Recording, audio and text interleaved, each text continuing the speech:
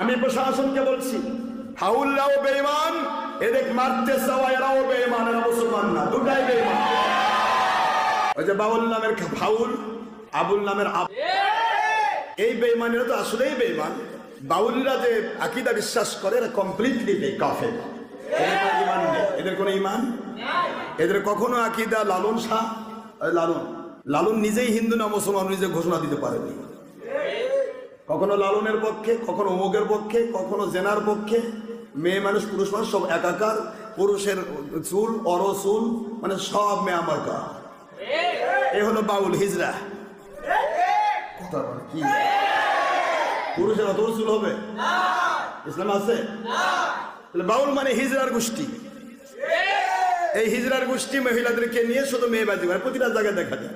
এবং এটা তাদের কেতাবের মতো লেখছে, তাদের কেতাব আছে আমার কাছে, তাদের কেতাব, লিখিত কেতাব আছে যে বড় নারী কোনো নারী নয়, সব নারীর সাথে জেনা করলে তাদের নাকি স্বাস্থ্য ভালো থাকে।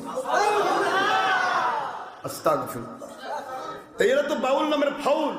এই গোষ্ঠীটাই হলো নাস্তিক্যবাদের গোষ্ঠী। দুনিয়ার যত নাস্তিক সব বাউলদের পক্ষে। তো দুনিয়ার সব নাস্তিক বাউলদের পক্ষে। কাফেরও যদি বাউলদের পক্ষে হয়, বা একটা কাফেরই যদি হয়, তাকে কি ধরে পিটায় পানির নামে দিবে? এরকম অধিকার ইসলাম দিয়েছে? তাকে ধরো, প্রশাসনকে দাও, প্রশাসন প্রচলিত আইনের বিধানে তাকে কঠিন সাজা দিতে বাধ্য। দাবি করব আমরা প্রশাসন যেন তাদেরকে শাস্তি দেয়। আইন হাতে নেওয়ার কোনো সুযোগ নেই। তখনই আপনি মারতে পারবেন আরেকজনকে, যখন জিহাদের ঘোষণা হবে। আওয়াজ জোরে হবে না মুসলমান? কিসের ঘোষণা হবে? জাতীয়ভাবে জিহাদ ফিসাবিলিল্লাহ ঘোষণা হবে। তখন আপনি জিহাদের মাঠে গিয়েছেন। এখন কে আপনার বাপ আর কে আপনার ভাই, যেটা বাতিলের পক্ষে আছে তার গর্দান কাটবেন আপনি, কোনো সমস্যা নেই। এটা জিহাদের ময়দান। আর জিহাদের ময়দান বাদ দিয়ে একটা কাফের কেউ কখনো গায়ে টাচ করার অধিকার আমার আল্লাহ এবং নবী দেন নাই। অধিকার নেই। তা যদি থাকতো তাহলে পৃথিবীতে কোনো কাফের বাস করতে পারতো না। আচ্ছা আপনারা বলেন তো, কাফেরের মৃত্যু, হায়াত এবং মরণের মালিক কে? বেঈমানের হায়াত মৌতের মালিক কে? মুনাফিক নাস্তিকের হায়াত মৌতের মালিক কে? তা আল্লাহ মালিক হয়ে মত মারতেছে না, তো তুমি কে রেডি আর বেটা দিবে? তুমি কি আল্লাহর চেয়ে বলো নাকি? এর নাম হলো তাওহীদি জনতা নামে বেঈমান ইহুদি জনতা।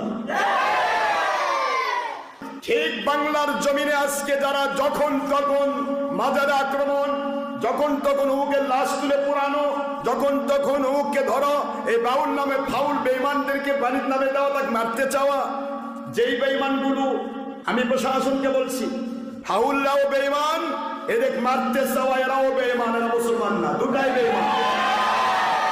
এই বাউল ফাউলরাও বেঈমান, এবং এদেরকে মারার ক্যানভাস করে ফেসবুক, ইউটিউবে পোস্ট দিয়ে আমেরিকাকে খুশি করে, আমেরিকার মানুষ দ্বারা, আমেরিকার সেই সমস্ত হায়না দিয়ে দেশে আক্রমণের একটা পথ প্রসার করার অপচেষ্টাকারী এরাও বেঈমান। এরা জঙ্গি সন্ত্রাসী। এরা সরাসরি স্ট্যাটাস দেয়, পাইলেই মেরে ফেলবো। এই কথাটা যে বলেছে, একে আগে ধরা লাগবে।